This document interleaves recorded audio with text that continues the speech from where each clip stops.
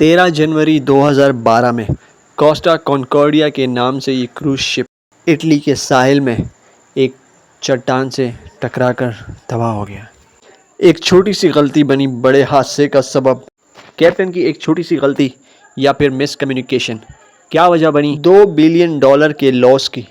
जी हाँ, इटली में 2006 में कोस्टा कॉन्कॉर्डिया के नाम से ये शिप बना जिस पर लागत आई $570 मिलियन। 1,14,000 टन वजनी, 17 फ्लोर्स, 290 मीटर्स लंबाई। कार्निवल कॉरपोरेशन का ये उस वक्त का सबसे बड़ा क्रूज शिप था।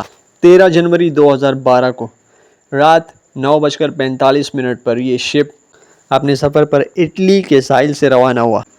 एक पुरानी ट्रेडिशन को पूरा करते हुए इस क्रूज़ के कैप्टन शेटिनो ने जहाज़ का रूट थोड़ी देर के लिए तब्दील कर दिया बिकॉज कैप्टन शेटिनो को आइलैंड को सैल्यूट करना था। इसके साथ ही जहाज़ की स्पीड भी बहुत ज़्यादा थी। पहली गलती रूट का बदलना, दूसरी गलती जहाज़ का स्पीड में होना। इस क्रूज़ शिप में 3,026 टूरिस्ट और 1,023 क्रू मेंबर थे। माइकल शेटिनो ने जहाज़ को प्लेन रूट से 4 किलोमीटर हटाकर चलाया। इसके अलावा माइकल शेटिनो का एक लाइन मैनेजर था, हेल्समैन जिसको कहते हैं।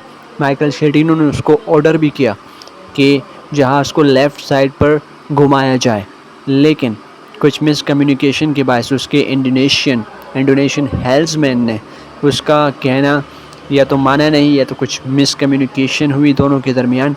ये क्रूज़ शिप अपने प्लेन रूट से हटकर मुखालिफ सिमत में चलता गया। कहा जाता है कि माइकल शेटिनो यूजुअली रीडिंग ग्लासेस पहनता था नेविगेशन को रीड करने के लिए, लेकिन उस वक्त माइकल शेटिनो ने अपने ग्लासेस नहीं पहने थे बल्कि उसके ग्लासेस कैबिन में रह गए थे, जिसके बायस वो नेविगेशन को सही तरीके से रीड नहीं कर पाया, जिसके नतीजे में जहाज़ एक चट्टान से टकरा गया और 53 मीटर एक लंबा शगाफ जहाज़ के नीचे पड़ गया और पानी धीरे धीरे इंजन रूम में दाखिल हो गया। इंजन रूम बंद हो गया, जनरेटर्स बंद हो गए, लाइट्स सारी बंद हो गई। क्रूज़ शिप के कैप्टन माइकल शेटिनो ने अभी तक इमरजेंसी सायरन नहीं बजाए थे। ठीक 45 मिनट बाद कैप्टन ने अनाउंसमेंट किया कि जहाज़ में पानी भर चुका है, सारे पैसेंजर्स अपनी लाइफ जैकेट्स पहन लें। जैसा कि इस पैसेंजर्स की ली गई रियल फुटेज में आप देख सकते हैं।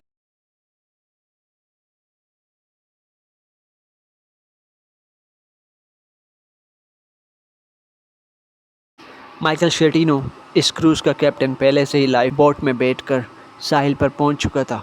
कोस्ट गार्ड ने माइकल शेटिनो को वापस बुलाने की कोशिश की। माइकल शेटिनो शिप पर वापस नहीं आया और सारे पैसेंजर्स को यूं ही अकेला छोड़ गया। कोर्ट की प्रोसीडिंग्स के दौरान माइकल शेटिनो ने कहा कि वो हादसाती तौर पर लाइफ बोट में गिर गया था, जिसके बायस उसकी वापसी इम्पॉसिबल थी शिप पर। इसी वजह से वो शिप पर वापस नहीं आया। माइकल शेटिनो की एक मालदोवियन दोस्त डांसर उस शिप पर मौजूद थी। माइकल शेटिनो एक शादीशुदा आदमी था, लेकिन उसका एक्स्ट्रा मैरिटल अफेयर चल रहा था उस मालदोवियन डांसर से। लेकिन इन्वेस्टिगेशंस में या कोर्ट की प्रोसीडिंग्स में कहीं भी ये बात साबित नहीं हुई है कि वो मालदोवियन डांसर वजह बनी इस हादसे की। कोर्ट की प्रोसीडिंग्स हुई, इन्वेस्टिगेशंस हुई, उसके बाद माइकल शेटिनो और सीनियर्स क्रू मेंबर्स को सज़ा सुनाई गई। माइकल शेटिनो को 16 साल की जेल हुई। इसके अलावा जो सीनियर्स क्रू मेंबर्स थे, हेल्समैन, इंडोनेशियन हेल्समैन, उसको तकरीबन 2 साल की सज़ा हुई। इस तरीके से 4 से 5 क्रू मेंबर्स को सज़ा सुनाई गई।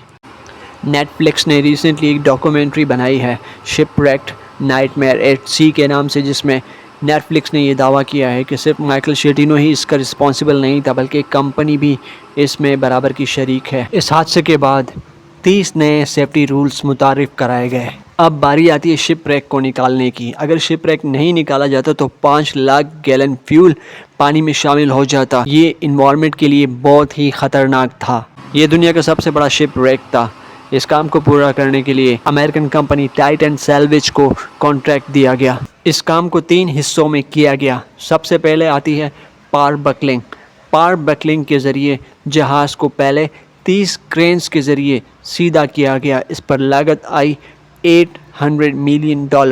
یہ کام شروع ہوا 2013 میں۔ اب دوسرا مرحلہ آتا ہے ٹوونگ کا۔ جولائی 2014 میں جہاز کو 200 کلومیٹر ٹوونگ کے ذریعے گینوا آئلینڈ لے جایا گیا۔ یہ بھی اپنے آپ میں ایک ورلڈ ریکارڈ ہے۔ تیسرا مرحلہ آتا ہے اسکریپنگ کا۔ 2015 سے 2017 تک جہاز کو اسکریپ مطلب توڑا گیا۔ تقریباً 6 سے 7 سال لگے اس پروسیس کو پورا ہونے میں۔ کمپنی نے $800 ملین ہرجانے کے طور پر ادا کیا۔ بہت سارے ٹورسٹ نے کمپنی کو سو کیا، جس کے باعث کمپنی کو ہرجانے کے طور پر اماؤنٹ دینی پڑی۔ کمپنی نے سارے ٹورسٹ کو پر ہیڈ $14,500 تقریباً اتنی amount per head the because سارے ٹورسٹ کے لگیج گم ہو گئے تھے۔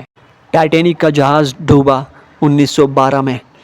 کوسٹا کنکورڈیا کا جہاز ڈوبا 2012 میں۔ نمبر 12 دونوں حادثات میں مشترک ہے، اس کا مطلب ہے 12 نمبر شپ انڈسٹری کے لیے صحیح پیغام لے کر نہیں آتا۔